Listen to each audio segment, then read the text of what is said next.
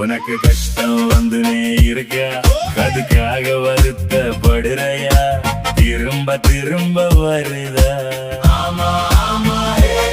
சும்மா அப்படியே விட்டுடு, கஷ்டம் வராத மனுஷன் இல்ல, உன் மனசில இயேசுவை உணரு, கஷ்டம் பறந்து போகும் பாரு.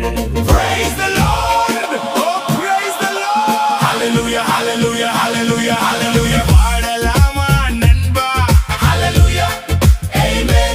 நாங்க ஒன்னா கூடி பாடுறோம், hallelujah.